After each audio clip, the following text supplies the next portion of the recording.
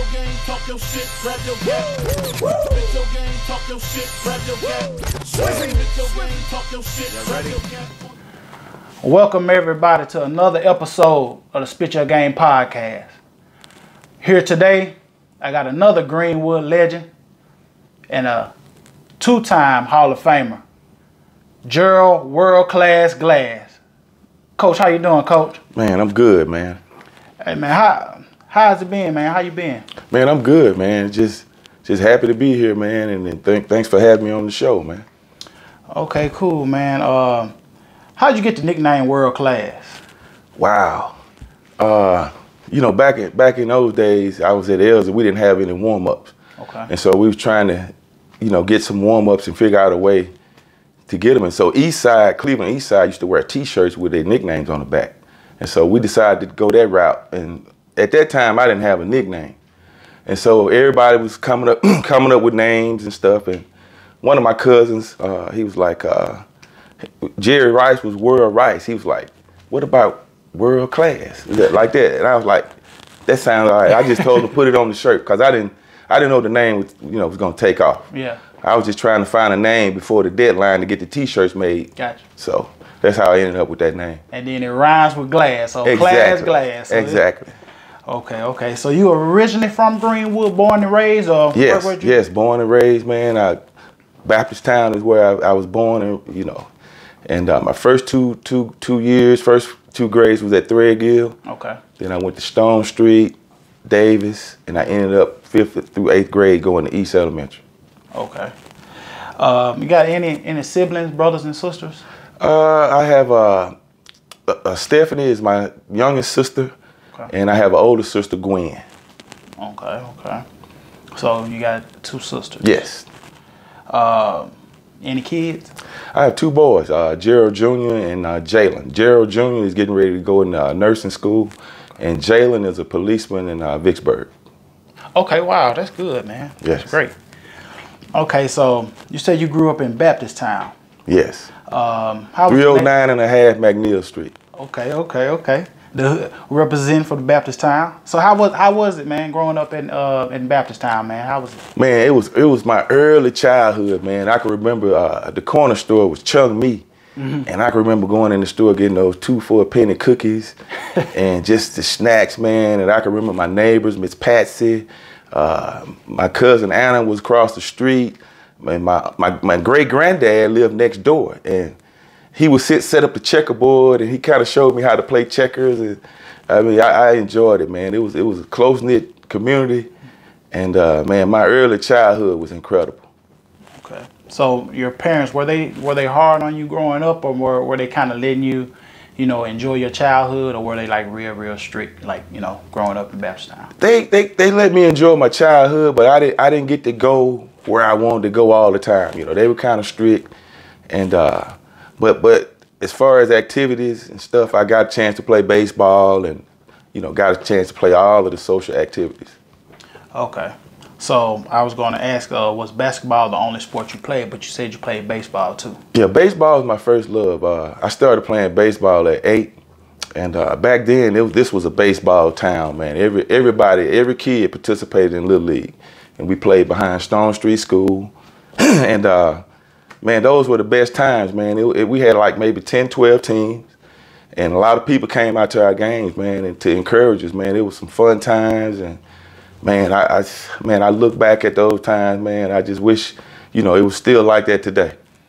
Yeah, I think we missed that stuff, man. Oh my goodness, man. For the neighborhood, there was so much people coming together, having fun, and wasn't none of that negativity. Yes. And stuff like that. Yes. Okay. But you ended up playing basketball. So how did you get into playing basketball? It was in my family. My mom played when she was at Threadgill, and then I had an uncle that played at Greenwood High. He's like 10 years older than I am, so I got a chance to watch him play in the neighborhood and at Greenwood High. And I also had an aunt that played there as well. So it was in my blood early on, man. And it's, all, baseball, any sport that I picked up, man, at that time, I just took off with it. Okay, so you ended up playing basketball. So was it anybody that you looked up to playing the sport of basketball? Like anybody that you admired, idol or whatever, role model type deal? Well, early on, man, like, you know, during those times, it was a guy, Gerald from Greenwood High. He was the first guy that I really noticed because back then, dunking was like, man, wow, you know, somebody dunked, you talked about it for 2 weeks. But he was a guy that would come in and give us a couple of dunks. And he was like kind of my idol growing up. Darryl Watson was my first basketball idol. Okay. And then, of course, Dr. J took that over. Yeah, he took dunking to a whole nother level. Yes. He took it to a whole nother level. Okay, so at what age did you take basketball serious, like where you was like, you know, I think I'm pretty good at it? Well, actually, I started playing in the 5th grade at East. You know, back then, 5th through 8th grade was considered elementary. And so every school in town had a team, and East had a team, so we had a little league. And so we got a chance to play against Bankston, Threadgill, W.C. Williams, Stone Street, in football and basketball. So I played both sports at East, and I kind of got involved in both, you know, in the 5th grade. But basketball was more of a less contact sport. So yeah. I didn't want to get hit every play. So I went more towards basketball at that point. Okay, so the middle school you say you went to was East. Yeah, East and Elementary. You played ball at East. Yes. Okay, so then you move over to go to Greenwood High, right? I mean, not Greenwood High, I'm sorry, Ilse, I'm sorry. Yes. So you played 9th grade. So when you played 9th grade, did they have it to whereas it was 9th grade, and then once your 9th grade season was over, would you go to varsity, or how did that go? Well, back then, you had a 9th grade, which was considered junior high. So they had a 9th grade team, but they also had a B team. Okay. I went straight to the B team. I didn't play on the 9th grade team. So I was the guard on the B team, starting guard for the B team, and they had a couple of guys quit in high school. So they just moved us up. So I was just basically sitting on the bench.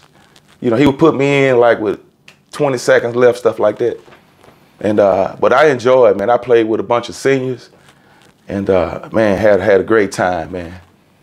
Yeah, that's normally how it goes. Yeah, we actually made the state tournament that year. Oh, really? Yeah, Your 9th grade year? Yes. Okay. Yes, we had some good guards. Mitchell and Michael Boyd.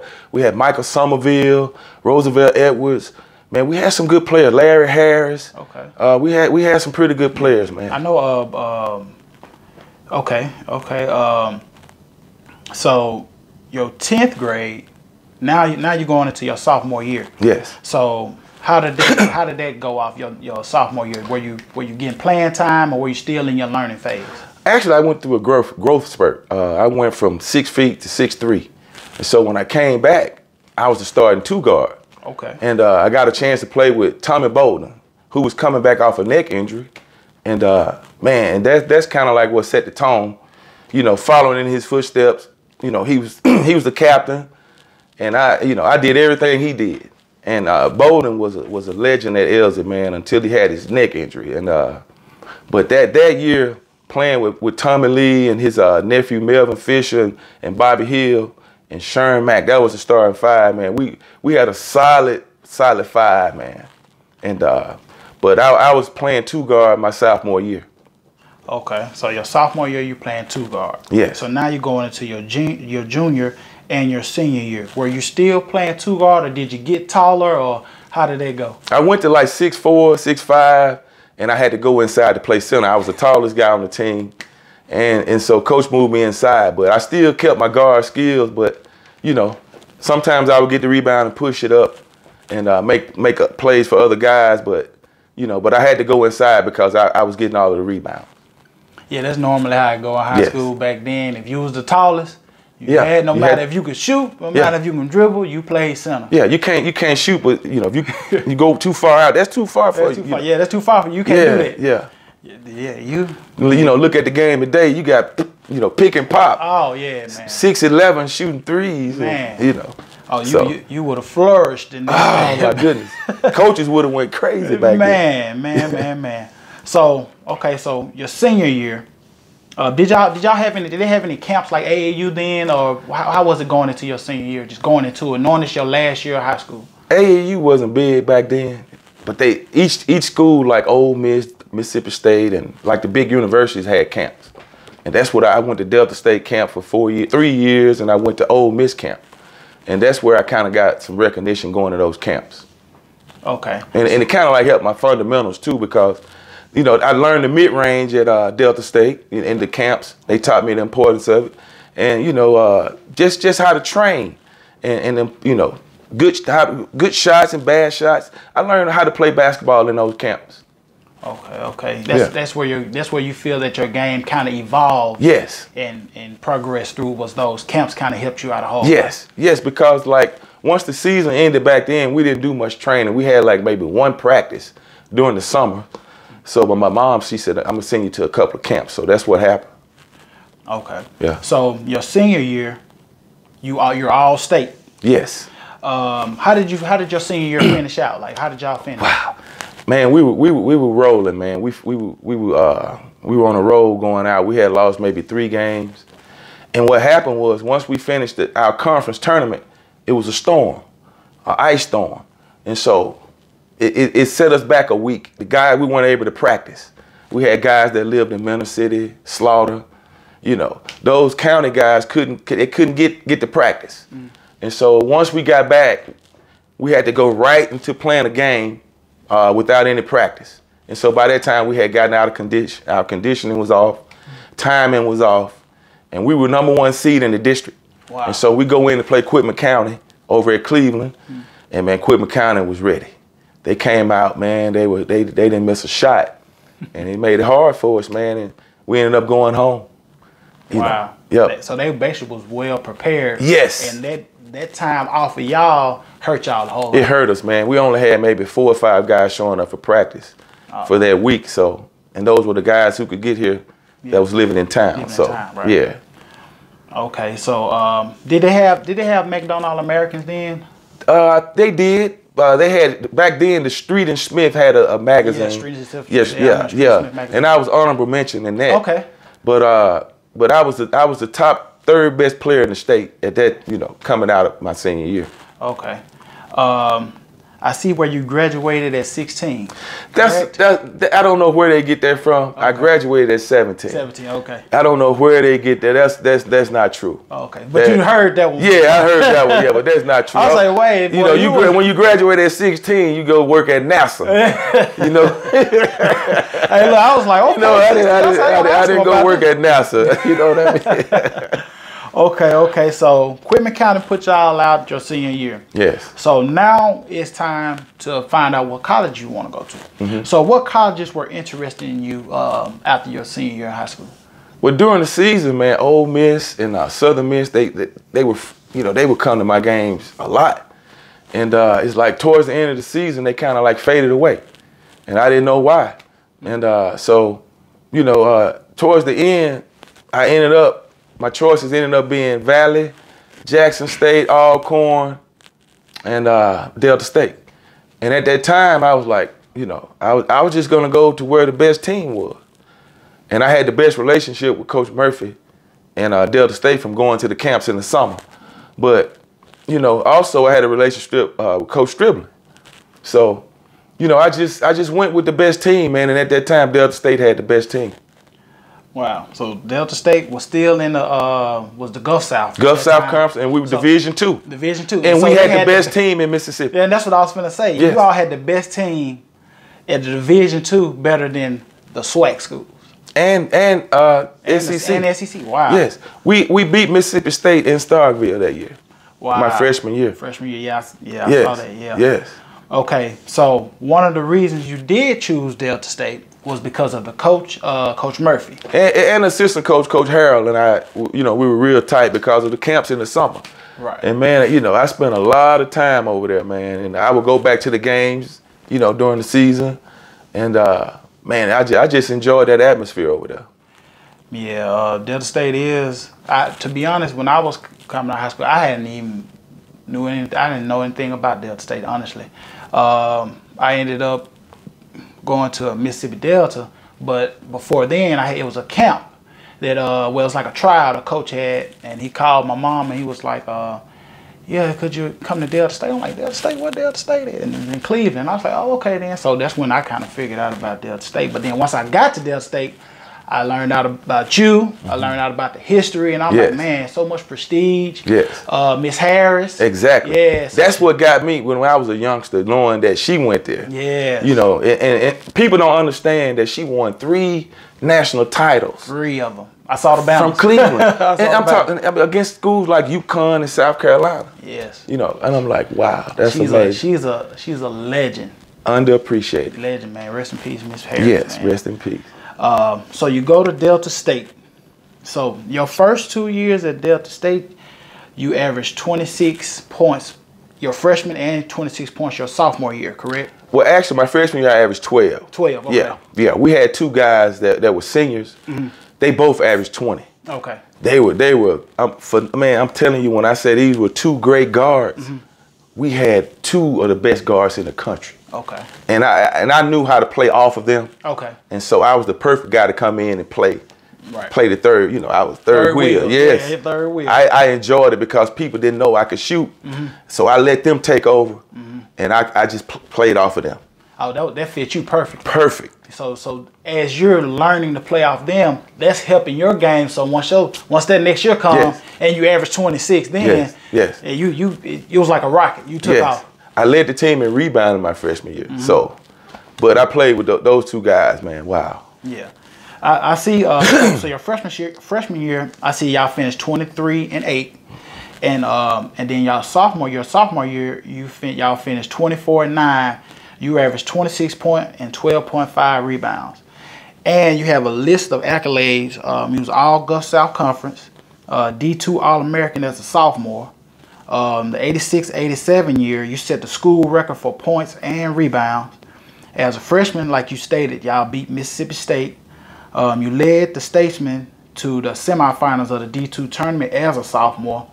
You was a Gulf South Conference MVP as a sophomore. So all that accomplished in 2 years at Delta State, man. How did that feel, knowing like, you know, man, I accomplished this stuff, man, coming from Greenwood, you know what I mean? You know, man, I played with a chip on my shoulder all the time, man, because I felt like I got overlooked. And every time I went on the court, and that's all I thought about, and that's how I played. I played with that chip on my shoulder, man, and you know, I was always out to try to prove, you know, that I was better. You know, I was the best on the court. That's the way I approached it. You almost gotta kind of feel that way. Yes. Sometimes you kind of feel slighted. Yes. You know what I mean? You feel like, okay, they don't know about me. Yes. I don't seem like I get the respect. Yes. So they gonna respect me. Yes. You know especially when we play like Mississippi State. We go in the Starwood, man, and I didn't get a letter from Mississippi State, you know. And they signed guys that, you know, in my class, and so, you know, that was another chip, you know. We had a whole bag of chips. Yes. Okay. So you do 2 years at Delta State. So please give me the story of how you ended up at Ole Miss.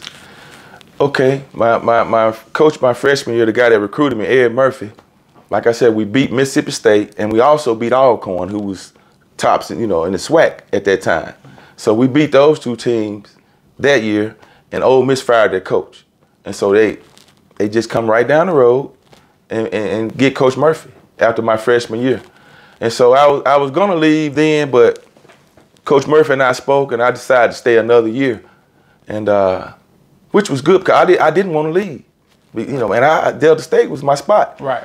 And you know, I didn't mind staying another year because, like I said, man, that was home, second home. Yeah. And but after that, I told him I wanted to play in the SEC, and so that's what, you know, coming out of high school, that was my dream, playing the SEC. I watched Barkley and all these guys play every week. Dominique Wilkins. Right. I wanted to play in the SEC. Okay. So your not your sophomore year. Well, yeah, your sophomore year, you meet Coach Steve Reeves. Yes. So how was it playing for him that year? That your last year at Delta State? Wow.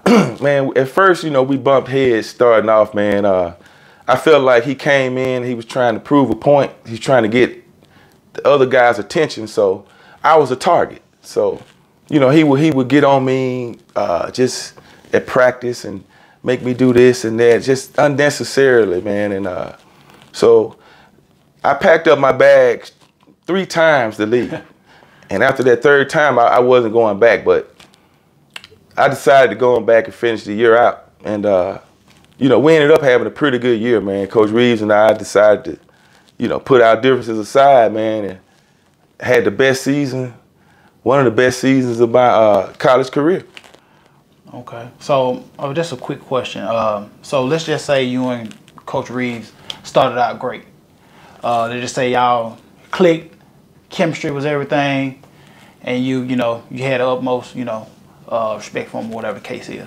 Do you think you would have stayed the rest of your 4 years, or you think you really just kind of had just a mindset on Ole Miss and you was probably gonna go there no matter what? You know what, man? That would have been a tough decision, man. At that time, like I said, if we had hit it off right from the beginning, it would have been made it a tougher decision because, like I said, we had a great team at Delta State. You know, we had beat Division I schools before, and we had recruited better players. So the team that I was leaving could have competed in the SEC. Oh wow! You know, if you know, if you want to look back at it. So, but that would have been a tough decision, man. But eventually, I know I probably would have went on to Ole Miss to play in the SEC. Because you said that was your dream. That was a dream. Yeah, I wanted to play Division I, SEC. You know, because you know how when you come out taking the ACT, you put the schools you want to go to. I put LSU, Tennessee, schools like that. Yeah. Okay. Yes. Yeah. Okay. Yes. So Georgetown. You had to sprinkle a couple Georgetown in there, you know. Sprinkle a couple Big East in there. Yeah, I had to put Georgetown in there, man, you know. Yeah, okay. So now you end up at Ole Miss. So you do 2 years, your final 2 years at Ole Miss. A couple more accolades you did. You was named to the Ole Miss Team of the Century. Now, correct me if I'm wrong. You averaged 26 points your junior and your senior year, correct? We averaged 26 my junior year and 24 my senior year, okay. Yes. So you averaged 26 your Well, actually 28. It was 28, yeah. Okay. 26 career total at Ole Miss. Yeah, okay. Yeah, I averaged 28 my junior year and 24. That's what they had. They had like 26 points over the 2 years. But I was like, I'm going to try to see if I can break it off into high. Okay, and you was all SEC twice. So you was all SEC your junior year, all SEC your senior year. Yes. So your freshman, your sophomore year, you're all Gulf Conference. All Gulf South Conference. And your junior, your senior year, you was all SEC. So you was all everything your 4 years of college. Just playing with that chip, man. Like I said, man, I love basketball, man. Love to compete. And you know, the higher level of the competition, the better I played. So it didn't matter who was on the court. Okay. Then you have this legendary game against LSU. It's on YouTube right now. You scored 53 points against LSU, and Chris Jackson, who is now known as Mahmoud Abdul-Rauf, he scores 55 points. So y'all had a battle. Y'all beat him in overtime, 113 to 112. So first off, how was that game, man? You scoring 53 points. And, I mean, did you feel like it was an ocean out there you were shooting in, man? Or how did it go 53 points in the SEC? Man, you know, I was on a streak at that time. Before that game, I had like maybe 8 straight games where I scored over 30 points. And so this particular night, I had a teammate come up to me. He said, man, why don't you try to attack every time you get the ball and, you know, try to score? He said, you know, it's not being selfish. He said, but, you know, you should be more aggressive. And it just stuck in my mind. And that night, you know, I went back in the locker room. We came out for the game, and that was on my mind. And so I didn't hear the crowd. It was just one of those nights where I didn't get butterflies. Normally, like before the game, you get really, really nervous. That night, I felt like I was coming to play, you know, pick up. So I wasn't nervous at all. I was just relaxed. And it was just one of those nights I came out, man, just, you know, and you know, I just felt it, man. Felt it. Yes. It was a memorable game. So, yes. So I looked at a little bit of footage. So the game was tied, 112-112. You at the line. I I think it was like 7 seconds left on the line. Yes. The game tied. How was it, man? What was going through your head at the line? Game tied. You in overtime. What was going through your head, man? You had 2 free throws. To remember the touch that you put on it before. And it's just you try to remember your routine and you block out the crowd, of course. And I just try to go through my routine and remember the touch I put on it. And I remember that I hit the first one, and that second one kind of like hit the front of the rim, and it hit the back and came over. And I was like, oh no, they got a chance. They got a chance, yeah. Yes, and with Chris at that time, man, he could push the ball up the court with 2 dribbles and take a jump shot at mid-court. And that's what he ended up doing at that circle. Yep. He took the jumper. Sure did. And it hit the back of the rim. Yep. And I seen you jumping for joy, boy. Man, oh man. I said that was a big win for us, man. We were struggling at that time as a team. And to beat them at home in front of a sellout crowd. Oh yeah. That was a big win for us, man. Oh yeah, man. That was like I said, a memorable game, man. I was looking through the clips, man. You was letting it fly, he was letting it fly, man. Yes, it was a memorable game, man. I said, it's got to be great. Yeah. If it's on YouTube, as of right now, it's still on YouTube, highlights and everything. Yeah. And man, I wasn't trying to, I didn't even know how many points I had actually. Right. At halftime, I remember one of my coaches, Coach Gerald, came up to me. He came up to me with the stat sheet, right?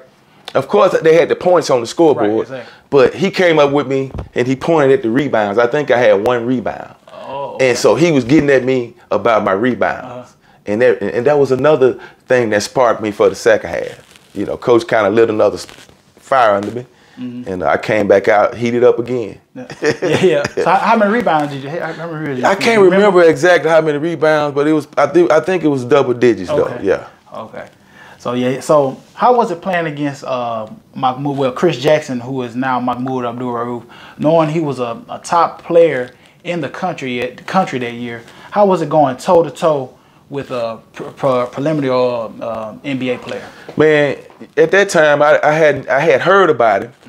He's a couple of years behind me, So when I went to Delta State, that's when he did his damage. And by the time I transferred, that's when he went to LSU. So by the time I got to see him play, I was watching ESPN. They was playing Florida, and I think he put up 50 that night. And that was my first time actually seeing him play on the court. And man, he was impressive, man. And so, it wasn't about a battle between me and him or nothing like that, right. But it just happened. So happened that we both got hot same game. Yeah.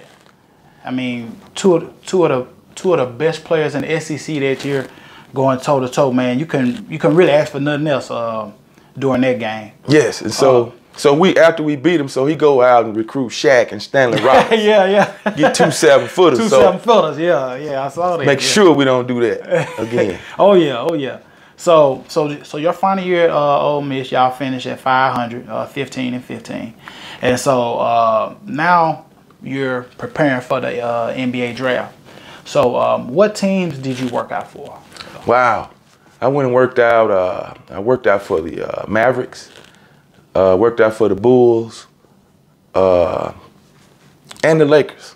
Those were the only, and the Celtics. I worked out for 4 teams. Yeah. Okay, so did they have higher picks, or were they just mid-level picks, or how do you remember? The Bulls were picking 24th. Okay. The Lakers were picking like 23rd. Celtics were picking 19th. Okay. And I visited the Knicks, but I didn't work out for them. Okay. And they picked like 18th. Okay. Yes. If you can recall so during y'all workouts and stuff like that, did you have? I'm sure y'all had other draftees, around. Do you remember any of them that you was kind of like doing little skill drills with, or? Well, when they fly you in, they don't bring in other players. Okay, you had to single. Yeah. So I worked out for Chicago, man. That was one of the hardest workouts ever, man. And I'm not a. Let me tell you, man. They, you know how when they say they ran the mess out. He really did, because I had to take a break. And at the time, the general manager, I can't remember his name at the time, small guy. It wasn't Krause, was it? Jerry Krause. Jerry Krause, okay. Jerry Krause, he went and said, and I remember him saying something. That's the first time I ever heard of Imodium. He said, it'll stop a horse. So, Okay. and so I took about a 20-minute break, got the Imodium, man, and I came back. And Horace Grant was there, Scottie Pippen. I was doing some drills running up and down the court. Okay. And I can remember doing the medicine ball with Horace Grant. He was, they were trying to see how strong I was. Okay. And they had me trying to dunk a medicine ball. Like and they were drill type deal. Yeah, you know how you go from pick up. From each block to block. And then they wanted to see me go up and try to get it, try to dunk it. Because Grant was, he was considered strong, man. But I was right with him, and they were shocked that I was that strong. Yeah. Okay. Yeah. So look, you had something to prove. You proved a little bit of something. So if I had lasted to the past 20, I think I would have been with either the Lakers, Bulls, or Oh man. They wouldn't. They probably would have drafted. Yeah. Okay. So you work out for those teams, but you was drafted first round, 20th pick to the Minnesota Timberwolves. Right. So, but you didn't mention the Minnesota and then you working out for them. So how did that end up happening with you end up going to Minnesota in the 1990 NBA draft? What's crazy, my junior year, they had projected me to be a lottery pick. Okay. And so I decided to come on back and not go. And Minnesota was one of the lottery teams. So it's like when I show up next year in the next draft, it's like they got me at 20. It's a bonus. Right. So they already saw what they needed. They ain't need to call you in. They already knew what they want. Exactly. And I didn't know this. Okay. So that's how that came about. Okay. So, I mean, it's great to be drafted. So, I mean, how did that feel first? No, hold on. Let me ask you this question. Did you have a draft party? Did you have like family members over, barbecues, cookouts and stuff like that? Where was you? Was you in Greenwood? Yes, I could have gone to New York, but I didn't want to do it. Okay. So at the time I lived on the back road between Rising Sun and Humphrey Highway. Okay. And I had a party at my house back there for family and friends. Family and friends. Yep. Okay. Yes. So how does it feel hearing your name called with the 20th pick in the first round, Minnesota select Gerald Glass? How did that feel, man? Man, at first I was nervous, man, because they had projected me to go like anywhere from 15 to 20. Okay. 15 on down. So after those first 15 picks, you didn't hear my name. So I was at my house, everybody at my house. So I go next door to my grandmother's house to where a few of my cousins, they still over there just talking, watching the draft. So when they get to 18, the Knicks go with Gerard Mustaf. So everybody was thinking it was me because they said Gerard. Yeah. And so I'm sitting there and I'm like, Boston. I said, well, I worked out for Boston. Then they got D. Brown. Okay. And then 20th pick came. I said, well, I don't know Minnesota. I said, I didn't talk to Minnesota. And so we was just sitting there watching it. And then, they said with the 20th pick, the Minnesota Timberwolves select. Then they called my name. And so I'm sitting there and I look at my cousin. And then they jump up all of a sudden. Then I hear all the rest of my family outside. Okay. So when I come out of the house, man, they pick me up in the air, man. It was just crazy. Oh, man. Yeah. A great feeling. Great feeling, man. Yes. So you was picked before players like Eldon Campbell, Tony Kukoc, Antonio Davis, and Cedric Ceballos. So you was picked before these players. Yes. And you was also in the draft with Derek Coleman, who was #1. Gary Payton, Hall of Famer, who was #2. Yes. Dennis Scott. And I'm not going to say your rival, but the guy you went toe-to-toe with, Mahmoud Abdul-Rauf, man. Yes. So to be amongst those players, man, getting drafted, man, how did that feel, man? It was an honor, man. Like, it was a dream come true, man. Cause like I said, I was also a Playboy All-American, man, and I got a chance to go down to Florida. Mahmoud was on that team as well, so we were roommates. Okay. So that's when we got a chance to really know each other during that week down there. And also Hank Gathers, he was on that team as well. Okay. And so we got a chance to meet Hank, man, and man, Hank was a super guy, man. I mean, oh my goodness, man. That was a fun week, and I got a chance to meet all of the top players. Okay, now you was with Hank Gathers, wow, man. Yes, I got a chance to spend that week. Get to know Hank, man. Man, that was tragic. What happened to him, man. Yes. You think he would have thrived in the NBA, man? No doubt, man. He was a workhorse, man. He was like, there's nobody that played like him today, man. Okay. He had the jumper, he had the motor, he had everything. He could rebound. He was strong. Like you say, he had that motor, man. He was about 6'8". Ooh, And man, yeah. I mean, he was 6'8" doing it like that back then. He was like, oh, you didn't want to guard him. Okay. You didn't want to be around that. Yeah, man. Rest in peace, Hank Gathers. Yes. So you get drafted by Minnesota. So you set the rookie record by scoring 32 points off the bench against the Lakers. So how did that feel first you worked out for the Lakers and to score 32 points coming off the bench? How did you feel that night? Was it another one of those nights where you weren't nervous, or was it just, you just kind of felt it? How did it feel going to that night? Man, to tell you the truth, I was nervous. When you go to the Forum, to the games in the Forum, you're not only playing against Magic and the Showtime Lakers. You look at the side and you see movie stars. Jack Nicholson, everybody, man. Denzel and all these people, man. And so, I'm just soaking it all in, And I'm knowing I'm a rookie. I said, well, I may not get a chance to play tonight. It's gonna be a pretty tough game. So, I'm just sitting there, man, soaking it all in. All of a sudden, I hear my name. Gerald, get Tony. So, I was the backup two guard, but Tony Campbell, who also played for the Lakers. Okay. So I'm looking for him to have a big game. Right. So I'm not expecting to play as much. But he started struggling, so coach threw me in the game. I go in and miss my first 3 shots. I could have been easily get back out. Get back, yeah. But he left me in, and that next shot, bloop, I got hot. It was over. And all of a sudden I looked around. Byron Scott was on me. Then James Worthy got on me. I'm like, wait a minute, this is Worthy, Yeah. Look, while you got the ball, you're like, wow. Yeah, I'm like, Worthy, that's right. And so the last thing I remember about that, I remember a lot, but I can remember posting up Magic. And I can remember doing this move on Magic, man, and I remember scoring. And I remember like after the game, he came up, he was like, way to play, young fella. I never will forget that. It was like the Mean Joe Green with the jersey type moment. Yeah, I never will forget that. Yeah, he hit me on the back. Way to play, young fella. Oh, now I know that just kind of. Oh, wow. I was like, man, Magic. Like kid at a cat. You don't know what to do. That's how it was. Like when we play against the Bulls for the first time. I couldn't even warm up for trying to see Mike. Right. It was just crazy. Then, man. Like you say, everybody in the audience. Bird. The same way. I'm like playing Bird. I'm like, oh man, that's Bird. Oh man, that was. Wow, it was just crazy, man. Okay, so your second year with Minnesota, it seemed like you was kind of getting comfortable. You improved from 6.9 points your rookie year to 11.5 going into your second year in the league. So it seemed like you found a home in Minnesota. Well, they switched coaches. They went from Bill Musselman to Jimmy Rogers. Okay. Musselman was the guy who wanted to draft me as a junior. I played for him my rookie year, and when I come in the game, it's always he's trying to get me the ball on the post. Just always trying to get me to score.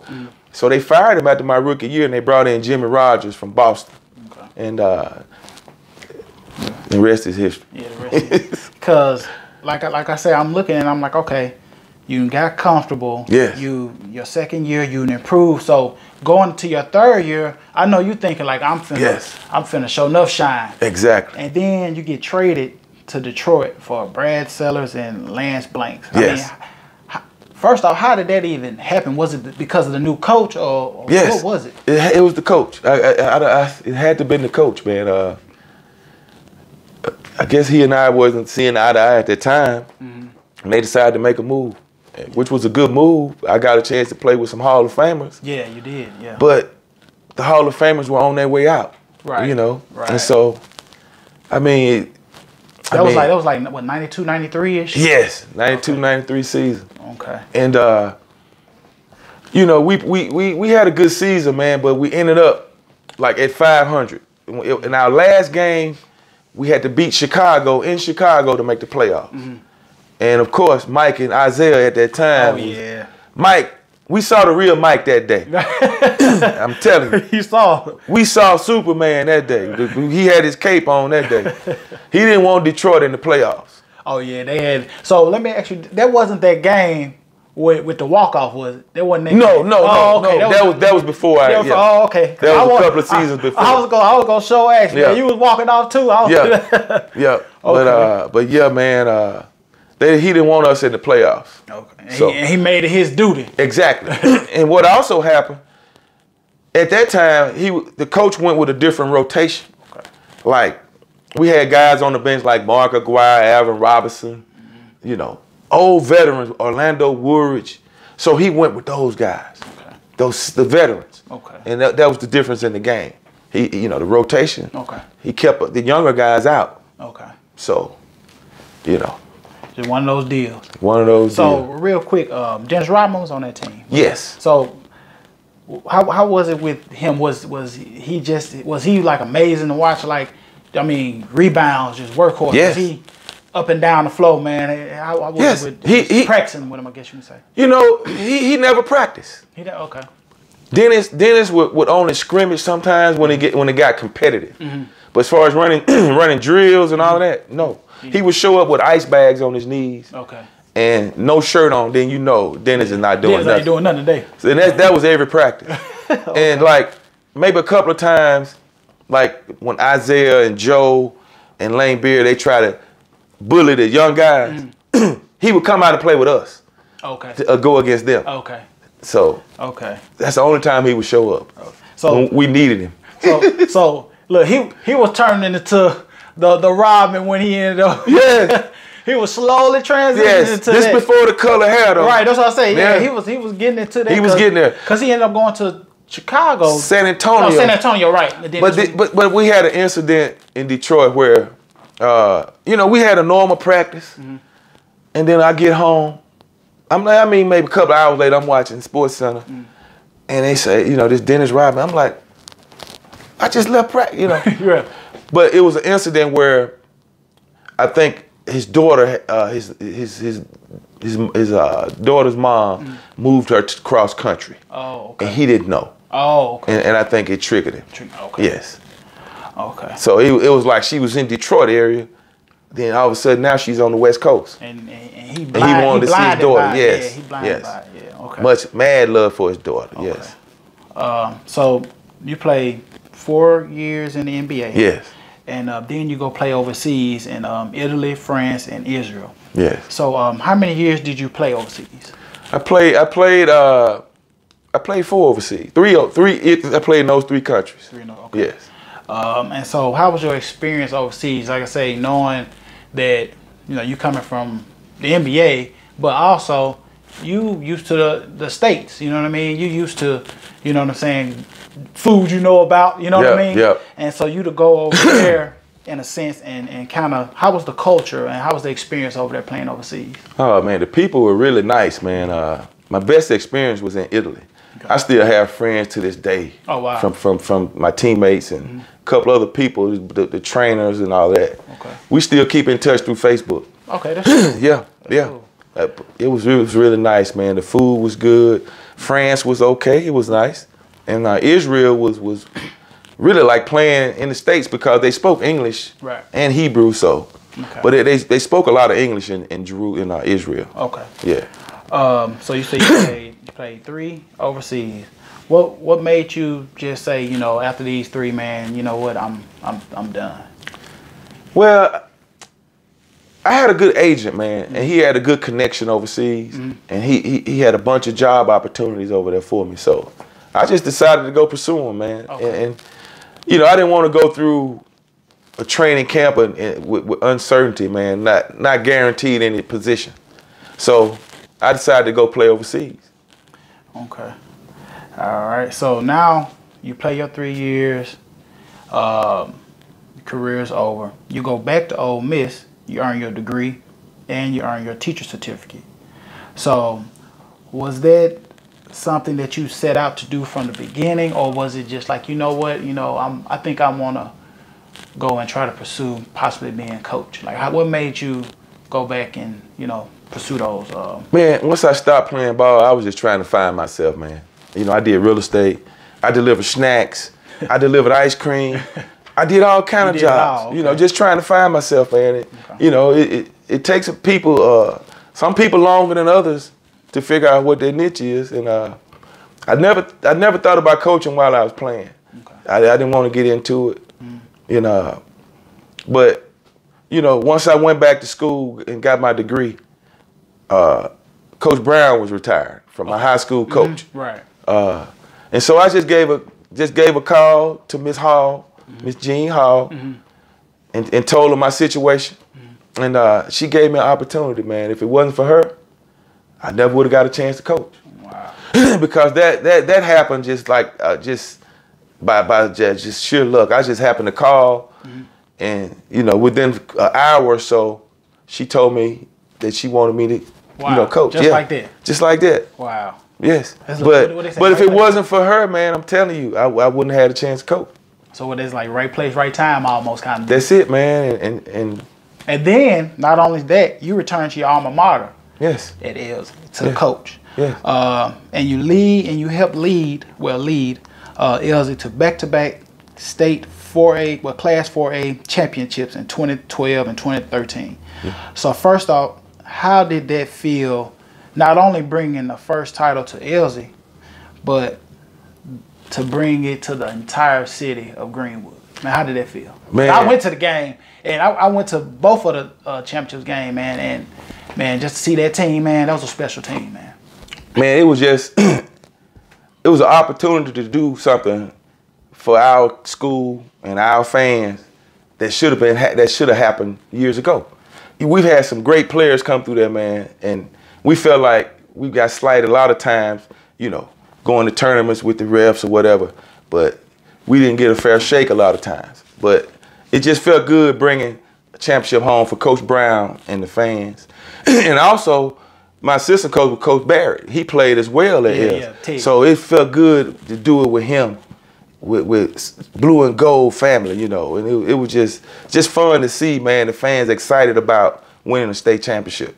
Oh yeah, man, because like I say, even though I went to Greenwood High, I was happy for you all. And man, I mean, it was packed. Yes. I mean, it was wall to wall. You had Greenwood, you had LaFleur, you had. Yes. I mean, the whole city of Greenwood was there, man. The thing about the area here, man, once in sports, when a team makes it to the next level like that, we turn to one family. Turn to one family. And that's how it should be, man. It should. It should never be divided unless we playing against each other. Exactly. And leave it on the court. Leave it on the court. But after that, man, it's almost like we back family. Yes. Yes, sir. Yes, sir. Yes. Yeah. So you bring back-to-back state championships, man, and then so what proceeded you to just kind of leave Elsie or whatever the case was? Well, they took over the district took over our school district. Yeah, yes. Yeah. The state took over. Yeah. Okay. Well, but no, because of the test scores. Oh, okay.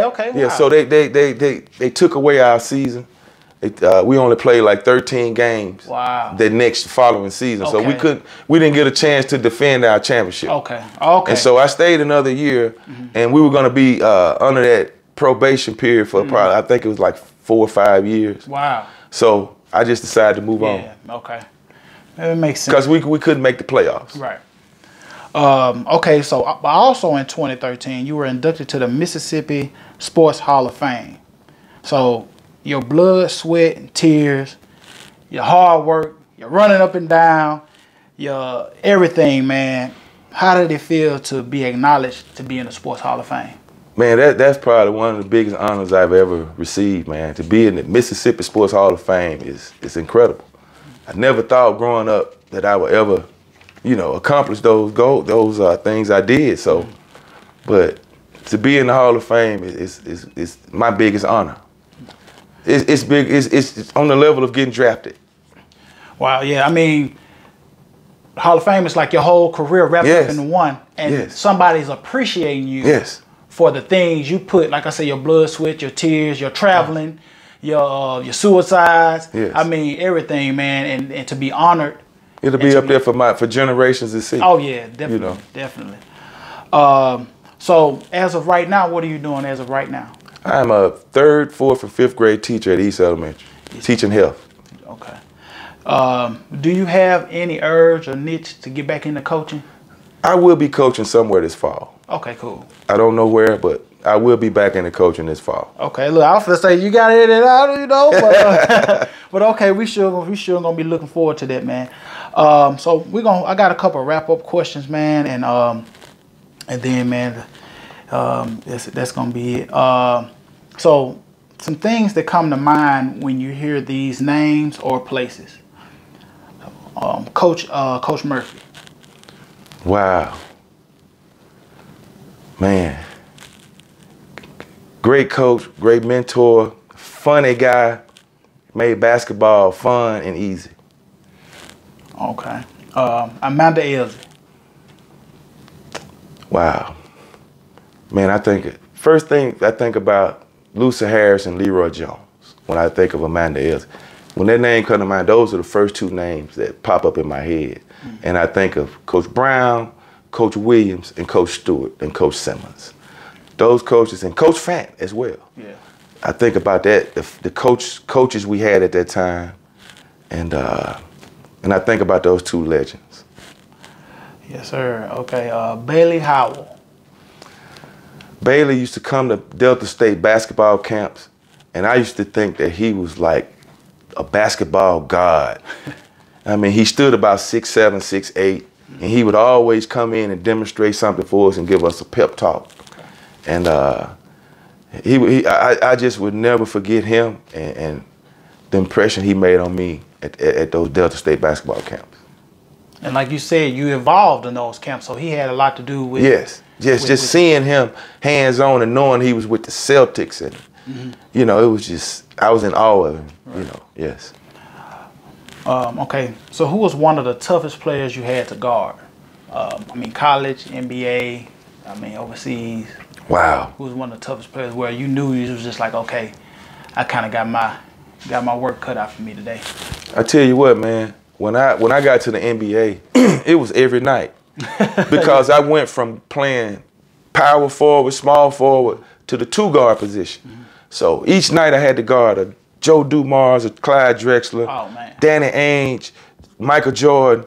Each night was a night I didn't look forward to. You had to bring your lunch and everything. But one of the toughest guys I had to guard was Danny Ainge. Wow. A lot of people don't understand Danny Ainge is 6'6", with point guard skills, who could shoot threes and also dribble around you at that size. So, and he had a motor. He ran off picks. He never stopped running. Okay. So you had to chase this big dude around picks. And once you got up on him, he's going to dribble around you. Right. And pull up for a jumper in your face. Yeah, he was pure now. Yeah, but pure. Mike, I never had to guard Mike like one-on-one as much. We had to put our defensive guru on him for that game. Yeah. But, you know. Okay. So this is just a question. I was thinking, let me ask him one of these questions. So when you got your first NBA check, what it was something that you bought? That was just something that was it your mama's house? Was it the car? That's the first thing I did. when I got to the team, first thing I did was got my family situated. Yeah. Yes. Okay. Did you have any pregame rituals or like food or music or anything that you listened to before you started playing in games? Man, believe it or not, music. And at that time, I was a big Alexander O'Neal fan. Oh man! And I would listen to this song "Sunshine." Okay. Before every game. Okay. Before every game, I would listen. Basically, I listened to that song every day during that period. And music was big, definitely. If it was a nice CD out at that time, yes, I'm listening to it before the game. And you're getting you prepped and ready. Yes. Now they could bring the music on the floor. Yeah. But back then it was a no-no. You was in the locker room. We had to leave it in the locker room, Yeah. Different days. Yes. Now. I just I like to ask legends these questions here. With this question here, who you rank these players 1, 2, and 3? Of course, 1 being the GOAT, and well, they all GOATs in our eyes. But you got MJ, you got Kobe, and you got LeBron. 1, 2, and 3. Rank these players. The GOAT being, of course, number 1, and then you got 2 and 3. But they all GOATs in our eyes, though. Okay. See. When you talk about the GOAT, everybody got their own GOAT, right? Right, that's true. But That's why I If said we that. looking at these three right here, These three. my GOAT is still not in that picture. Oh, your GOAT's the doctor. Is Kareem. Kareem. Okay. Okay. Kareem is the GOAT. Kareem is the GOAT. But with Okay. LeBron breaking his scoring record, it kind of changes things a little bit. Right. So, you know, MJ was considered the GOAT, Okay. but to everybody. But I always Kareem. thought Kareem, he was my GOAT. So we gonna say Kareem is your GOAT. So we're gonna rank these players. Just rank them 1, 2, and 3. Okay. MJ, Kobe, LeBron, but Kareem's your GOAT. So Yes. yeah.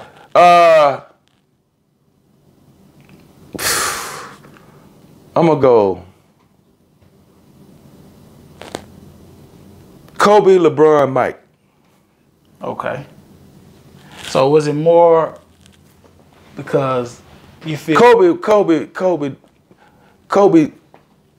took something from both of those players and put it into one. Yeah.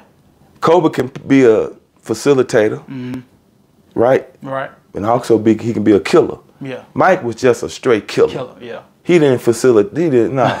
He only passed when he had triple team. Right. You know.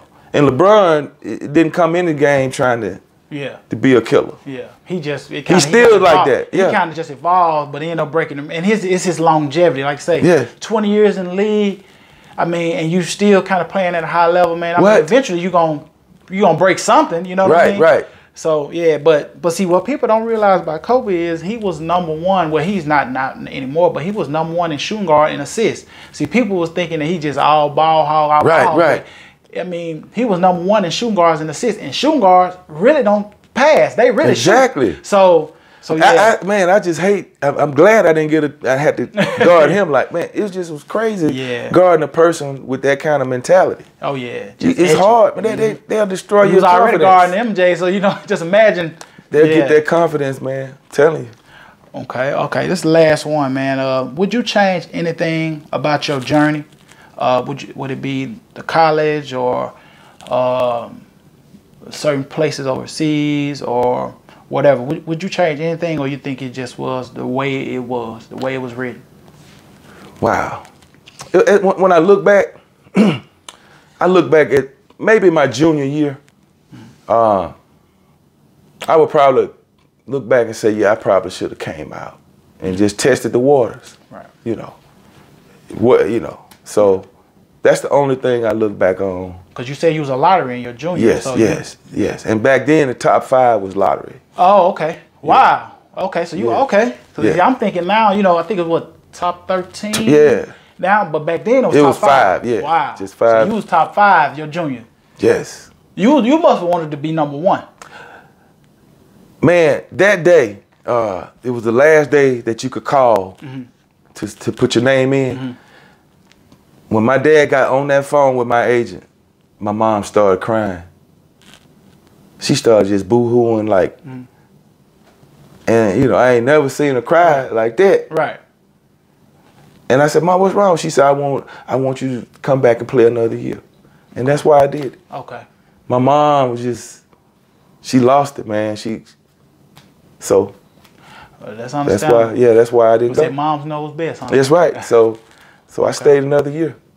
Okay. Yeah. Well, Coach Glass, man, I sure appreciate your time. I appreciate the stories. Man, it's an honor to be in your presence, man. Like I say, you helped out the city of Greenwood more than you probably even know, bringing state championships here and just helping out, teaching, helping the community and things of that nature, man. So I want to appreciate you, man. Like I say, giving your flowers, man. You got your flowers, man. I appreciate you, man, for stopping by and doing this for me. Man, I appreciate you having me on the show, man. It was an honor, man. All right, man. Thank you.